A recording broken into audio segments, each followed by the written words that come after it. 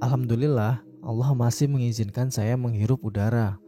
Saya sadar ketika ada sesuatu yang hangat memeluk saya beramai-ramai dalam posisi tanpa pakaian. Dan saya melihat banyak cewek yang memeluk saya.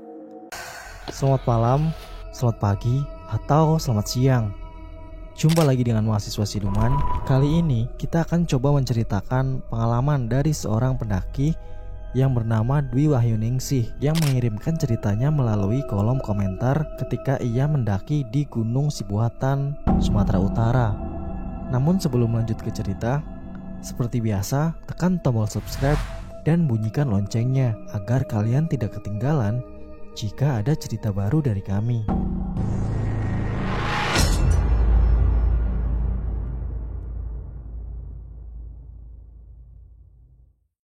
Namaku Dwi. Waktu itu mendaki Gunung Sibuatan, gunung tertinggi di Sumatera Utara dengan ketinggian 2457 mdpl.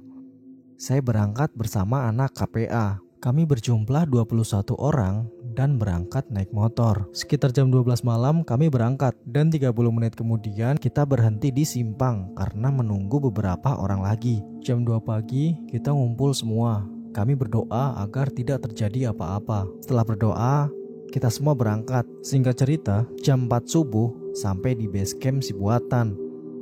Karena masih pagi banget, jadi kami yang cewek beristirahat sebentar.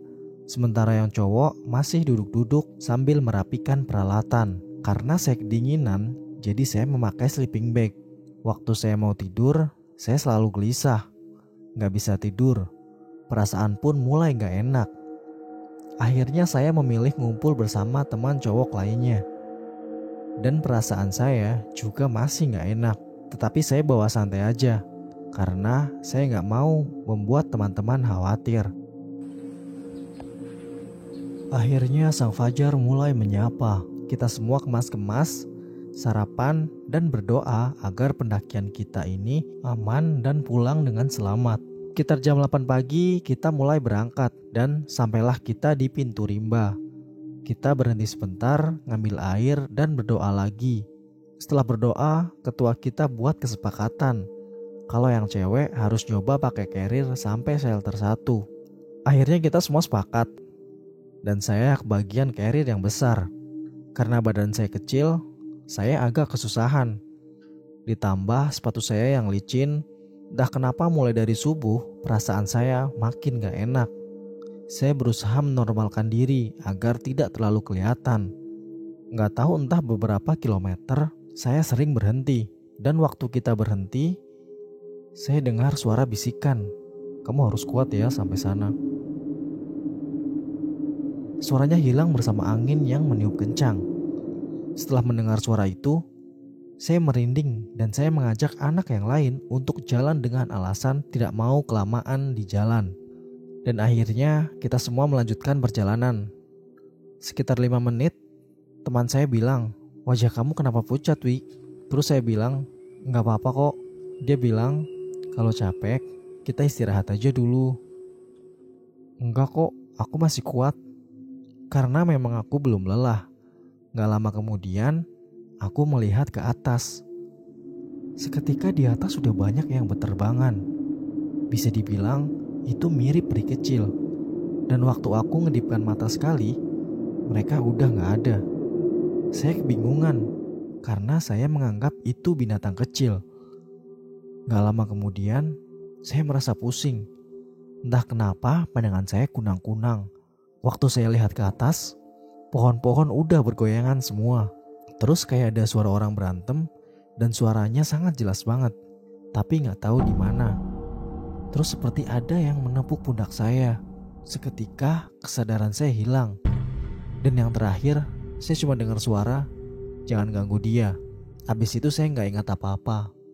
Dan saya sadar waktu pipi saya ditepuk sama teman saya. Saya melihat di sekeliling itu sudah ramai sekali. Dan sekilas aku ngelihat almarhum abang sepupuku. Habis itu dia langsung menghilang. Dan gak lama kemudian aku menangis.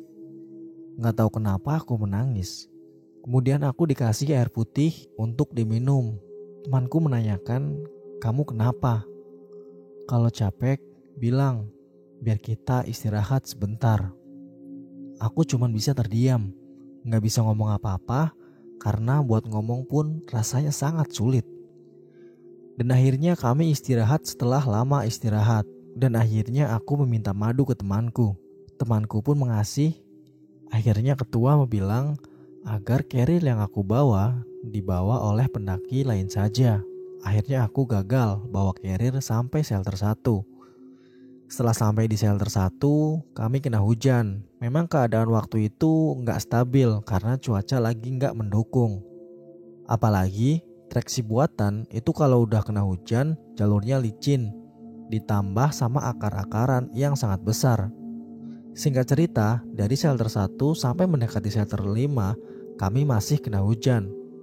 Pas waktu maghrib, kami berhenti di shelter 4, istirahat, dan menunggu azan maghrib selesai dengan beberapa pendaki dan KPA lainnya. Ada 3 orang pendaki cowok gak bawa senter. Jadi kami ajak mereka untuk naik bareng. Dan kami semua sepakat untuk melanjutkan perjalanan dengan barisan cewek, cowok, cewek, cowok.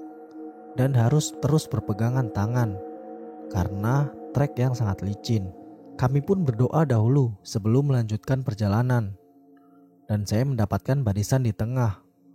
Waktu mau jalan, saya melihat ada sosok bercahaya di tengah-tengah kami semua. Jujur saya ketakutan. Saya berdoa dalam hati dan membaca ayat-ayat pendek sambil memohon keselamatan. Gak lama kemudian orang di depan teriak, "Aman gak yang di belakang?" Kita semua menjawab aman. Kita beristirahat dan sosok itu pun masih mengikuti.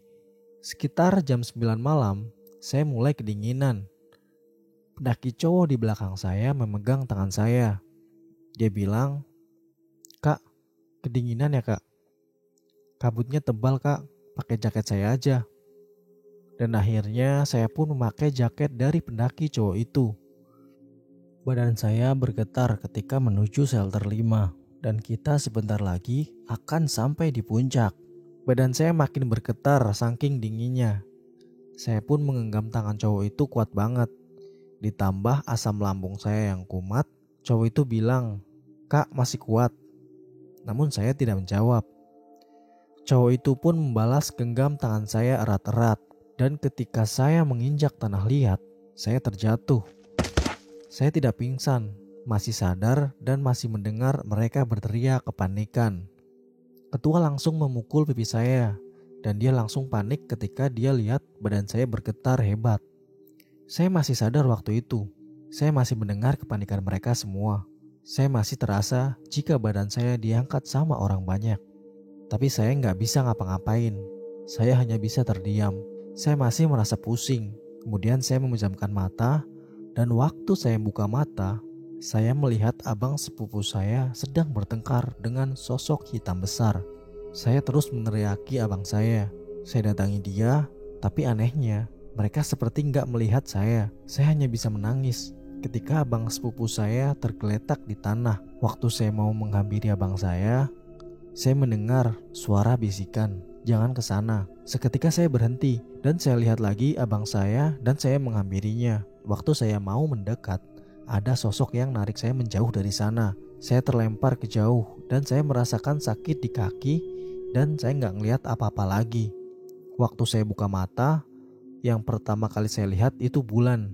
Bulan yang indah sekali. Tapi saya merasakan tubuh saya digotong orang banyak. Dan satu kata yang keluar dari mulut saya yaitu, "Abang." Seketika mereka semua berteriak. Saya merasakan mereka kesusahan mengangkat saya karena treknya naik dan licin ditambah mereka juga lelah. Saya semakin kedinginan, badan saya sudah kaku, saya nggak merasain tangan saya menyentuh kulit.